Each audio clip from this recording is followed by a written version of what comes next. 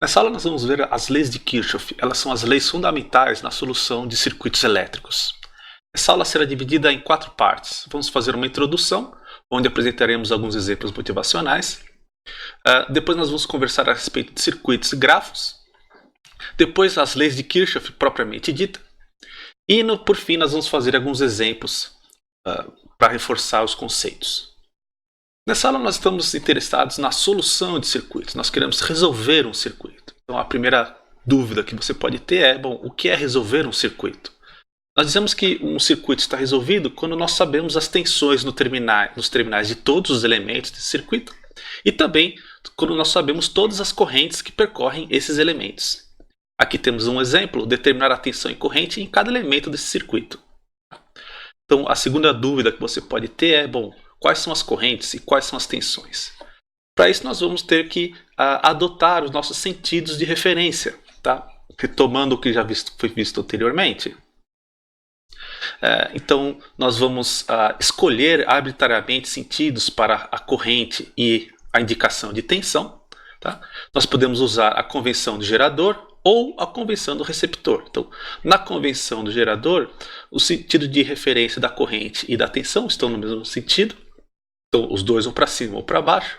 E na convenção do receptor, as setas estão em sentidos opostos. Qual convenção nós devemos adotar em cada bipolo? É importante lembrar que tanto faz a convenção adotada. Tá? Nós temos a liberdade para escolher. Não precisamos nos ater à convenção, por exemplo, de receptor para resistores. Nós podemos escolher arbitrariamente. A única coisa que nós devemos lembrar é que a relação constitutiva, a relação tensão-corrente do elemento, será modificada por um sinal. Por exemplo, vamos imaginar que isso aqui é um resistor, nós sabemos que a relação é V igual a RI quando estamos na convenção de receptor. Se escolhermos usar a convenção de gerador para esse resistor, nós teremos duas opções. Nós teremos que modificar essa expressão escrevendo V é igual a... Isso aqui é uma função de menos a corrente. Então, nesse caso aqui, a função é R vezes I, ela é proporcional. Então, teremos R vezes menos I.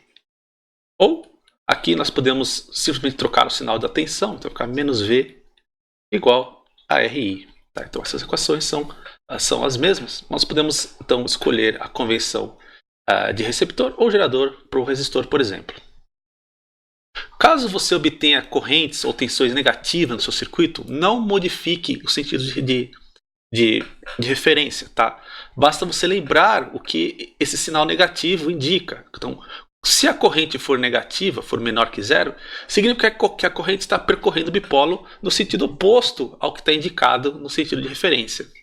E se a tensão for negativa, significa que a tensão diminui no sentido indicado pela flecha. Então, voltando ao exemplo do slide anterior, se essa tensão aqui resultante for negativa, significa que a tensão, por exemplo, fosse menos 1 volt, significa que a tensão está diminuindo 1 volt quando nós percorremos desse nó para esse nó. Tá? E se essa corrente for negativa, significa que então a corrente está subindo. Vamos resolver o exemplo motivacional número 1. Aqui eu escolhi a convenção de receptor para o resistor e convenção de gerador para essa fonte de tensão. Nesse exemplo nós temos 3 incógnitas, IG, IR e VR. Note que a tensão nessa fonte de tensão não é uma incógnita, é o valor especificado por ela. Como esse exemplo é bastante simples, é fácil perceber que toda a corrente que passa por essa fonte precisa passar pela resistência também. Só existe um caminho fechado aqui, ou seja, IG tem que ser igual a IR. Agora note que IG é igual a IR porque eu indiquei esse sentido aqui para baixo. Tá? Se eu tivesse indicado esse sentido para cima, esse IG ia ser menos IR, porque eles estão em sentidos opostos aqui à circulação. Ou ele circula no sentido horário, ou a corrente vai circular no sentido anti-horário. Então, um desses dois aqui deve ter um sinal negativo. Além disso, observando esse circuito, note que a tensão nos terminais dessa fonte, que é E, deve ser igual à tensão nos terminais dessa resistência, porque só tem 2 elementos nesse circuito. Tá? Então, se a tensão daqui para cá é E, daqui para cá vale VR, Então, VR deve ser igual a E. Tá? Então, essa tensão tem que ser igual a essa tensão. Por fim, para determinar a última equação necessária para a solução, nós podemos aplicar a relação tensão-corrente nesse resistor. Tá? Então, nós vamos utilizar a lei de Ohm nesse resistor, e aqui eu estou usando a convenção de receptor. Então, na convenção de receptor, a relação tensão-corrente é V igual a RI. Então, eu posso isolar o valor da corrente, será VR sobre R, que é E sobre R. Eu determinei o valor do V aqui, coloco então E sobre R.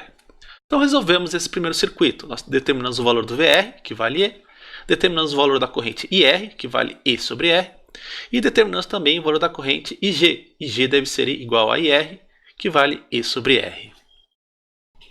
Para demonstrar que a gente pode utilizar a convenção, qualquer convenção para a solução do circuito, eu vou resolver novamente esse exercício, agora adotando a convenção de gerador para o resistor. Note que as duas flechas estão no mesmo sentido. E a convenção de receptor para essa fonte de tensão, então em flechas em sentidos opostos. Continuamos com três incógnitas, IG, IR e VR. E note que aqui novamente nós devemos ter o mesmo valor de corrente percorrendo a fonte e a resistência. Note que as duas correntes aqui estão indicando uma circulação no sentido anti-horário. Então, IG igual a IR. Ainda note que a tensão nesses dois terminais aqui vale E e deve ser igual à tensão no resistor VR, ou seja, VR é igual a E também.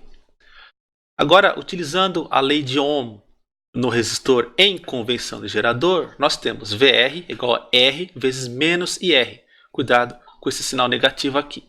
Isolando o valor de R, teremos menos VR sobre R, que vai dar menos E sobre R. Nós sabemos que VR é igual a E, substituímos aqui, então fica menos E sobre R. Agora note que nesse exemplo aqui, o valor da corrente é negativo. Tá? Bom, o que significa isso? Significa que de fato essa corrente IR está descendo pelo resistor. Então, o sentido de circulação da corrente é aqui no sentido horário. Ok? Então, se você resolver o seu circuito e determinar valores negativos de corrente e ou tensão, não modifique o sentido de referência no circuito. Tá? Você provavelmente vai errar alguma coisa. Continue do jeito que está, não há problema algum em trabalhar com correntes e tensões negativas. Basta lembrar o que elas representam. E note que como IG é igual a IR, o IG também será menos E sobre R. Então, esse sentido aqui também, o valor da corrente é negativo aqui, então a corrente está subindo pela fonte. Então, ela de fato circula no sentido horário, que é o que a gente determinou na primeira versão desse exercício. Nesse segundo exemplo aqui, nós temos 8 incógnitas. Nós temos 5 correntes, indicadas aqui no desenho, mais 3 tensões. Então nós vamos precisar de 8 equações linearmente independentes para a solução desse circuito.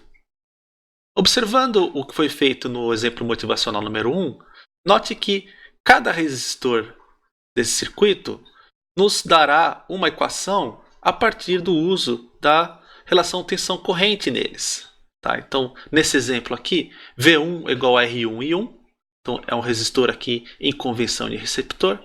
Esse resistor aqui, eu escolhi utilizar convenção de gerador. Então, V2 é menos R2 e 2. E no resistor R3 aqui também convenção de receptor, V3 é igual a R3 e 3. Então, das 8 equações, nós obtemos 3 equações a partir da relação tensão-corrente em cada um desses resistores. Tá? Infelizmente, fontes de tensão ideal não apresentam relação tensão-corrente. Por definição, a fonte de tensão ideal, a tensão de seus terminais é independente do valor da corrente que atravessa essa fonte. E se a fonte fosse de corrente, a corrente que percorre essa fonte, corrente ideal, ela é independente do valor da tensão. Então, essas fontes não têm relação VI especificadas. Tá? Não podemos extrair equações adicionais observando essas fontes apenas. Tá? Então, nós vamos ter que usar outro método para encontrar as 5 equações restantes. Tá? Para isso, nós vamos utilizar as leis de Kirchhoff, que é o assunto dessa aula. Vamos ver alguns conceitos sobre circuitos gráficos que serão necessários mais adiante. O primeiro é o ramo. O ramo é um trecho do seu circuito que contém um bipolo. Então, nesse exemplo aqui, esse resistor define um ramo. Essa fonte de tensão também define um ramo. Aqui nós temos dois ramos ligados em série. E é importante lembrar que se no trecho do seu circuito não houver um elemento, um bipolo, não é um ramo. Então esse trecho aqui que é composto por apenas um condutor não define um ramo. Outro conceito importante é o nó. Nó é o ponto de conexão entre dois ou mais ramos. Nesse circuito aqui nós temos três nós. O nó A, o nó B e o nó C. Note que toda essa região aqui eu estou chamando de nó B, por quê? Porque ele é composto por condutores ideais. Então todas essas linhas aqui são equipotenciais, então tudo isso aqui define apenas um nó.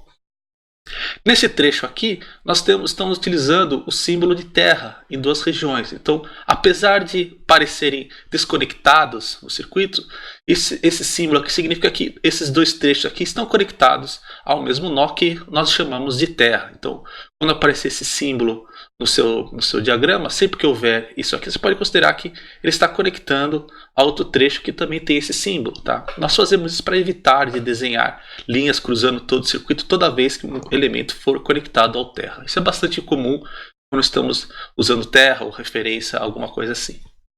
Ainda em nós podemos definir o que é um nó essencial. Nó essencial é aquele que conecta três ou mais ramos. Nesse exemplo aqui, o nó B e o nó C são nós essenciais, porque eles conectam três, no caso aqui quatro cada um deles, quatro ramos cada um deles. O nó A não é um nó essencial, porque conecta apenas dois ramos. Agora o laço. O laço é um caminho fechado, formado iniciando-se em um certo nó do circuito, passando por uma série de outros nós sem repetição e retornando nesse nó inicial. Então aqui eu estou representando três possibilidades de laço nesse circuito. Temos esse vermelho, temos o verde aqui embaixo e esse azul aqui em formato de L. Nesse diagrama da direita, o caminho formado aqui não é um laço, porque apesar de formar um caminho fechado, ele passa por esse nó duas vezes. Isso não compõe um laço. Quando o laço não contém nenhum ramo em seu interior, nós chamamos isso de malha. Então malha é um laço que não contém ramos em seu interior. Aqui eu destaquei três deles. Uma forma de indicar geometricamente as ligações dos ramos em um circuito é a construção do seu grafo. Tá? Então, a construção do grafo segue duas regras. Cada ramo vai ser representado por um arco de curva. Então, esse ramo B6 aqui está sendo representado por esse arco. O B1 aqui está representado por esse outro arco, etc, etc. E cada nó vai ser representado por apenas um ponto. Então, temos aqui esse nó, o nó 4, vai ser representado por esse ponto. Note que nesse nó há três ramos, o B3, B2 e B5, e aqui temos os arcos B3, B2 e B5. Tá? Todo esse nó laranja aqui, que é o número 3, vai ser representado por apenas um ponto aqui, o ponto 3. Então, dá para ver que o grafo não precisa manter exatamente a mesma disposição do circuito. Basta que as conexões sejam corretas. Então, aqui eu tenho quatro circuitos que apresentam o mesmo grafo. Então, todos esses circuitos aqui são equivalentes. Se você observar que todos eles chegam no mesmo grafo. Tá? Nós dizemos que um circuito ele é planar se o seu grafo puder ser desenhado em um plano ou em uma esfera sem cruzamento de ramos fora dos nós. Então, aqui eu tenho um exemplo de um circuito. Vou fazer uma primeira tentativa de desenhar esse grafo dessa forma. Note que apresenta aqui uma intersecção entre esses ramos sem que haja um nó. Note que não há um contato elétrico entre o ramo azul e o vermelho aqui. Okay? Porém, ao invés de eu desenhar esse arco vermelho aqui, eu posso desenhar ele por fora, como está representado aqui. E note que agora esse grafo aqui ele é desenhado no plano sem cruzamentos. Ou seja, esse circuito, na verdade, ele é planar, apesar de não parecer aqui conforme está a disposição dos elementos. Porém, se eu tivesse desenhado dessa forma aqui, fica claro que o circuito é planar. Eu representei também o desenho do grafo sobre uma esfera. Eu coloquei aqui o quadrilátero em preto aqui do lado de face para nós. Coloquei também aqui a diagonal azul. E a vermelha eu passo por trás da esfera e ligo aqui embaixo. Então note que na esfera esse grafo aqui também não apresenta cruzamento entre seus ramos. Então esse circuito ele é planar. Quando o circuito for planar, vale a seguinte relação, que é a característica de Euler. Então, se o circuito for planar, V menos A mais F tem que ser igual a 2, onde V é o número de nós do meu circuito, A é o número de ramos, o número de bipolos do nosso circuito, e F é o número de malhas. Okay? Nesse exemplo aqui, V é igual a 5, nós temos 5 nós. A é igual a 7, nós temos 7 bipolos. Substituindo essas duas grandezas aqui na expressão, nós obtemos F igual a 4. Então, nós temos 4 malhas nesse circuito. Bom, agora a questão é, onde está a quarta malha? Né? Nós podemos identificar aqui uma malha azul. Eu vou indicar aqui, essa aqui é a primeira malha. Lembra, malha é um laço que não apresenta bipolos em seu interior.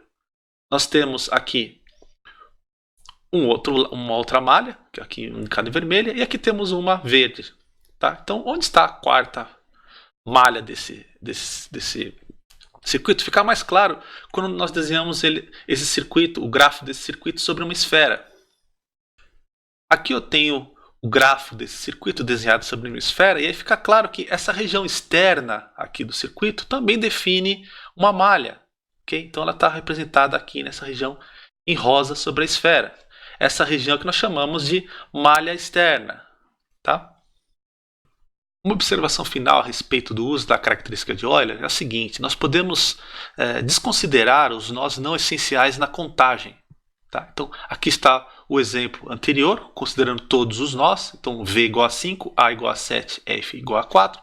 Substituindo na característica de Euler, nós teremos V menos A mais F, resulta em 2.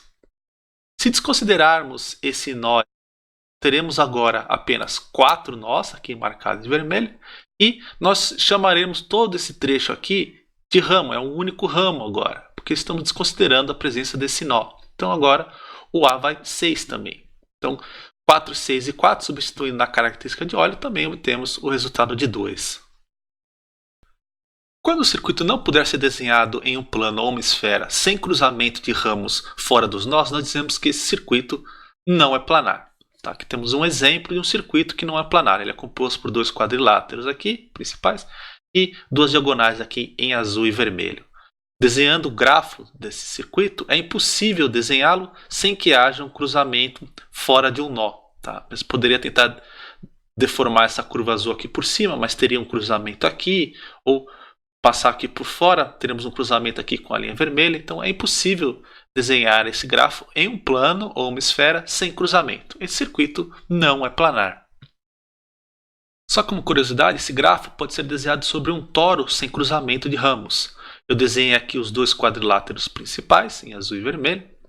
Passamos uma diagonal aqui pelo comprimento do toro e um outro aqui por trás, ligando a outra diagonal. Nesse exemplo aqui, V igual a 6, temos 6 nós, aqui em preto. Nós temos 9 ramos, 1, 2, 3, 4, 5, 6, 7, 8 azul, 9 vermelho. E F igual a 3, nós temos 3 regiões aqui, a vermelha, a azul e todo o resto é uma região amarela. Note que se você pudesse percorrer, andar sobre esse toro, você poderia acessar qualquer ponto dessa região amarela sem cruzar nenhuma linha.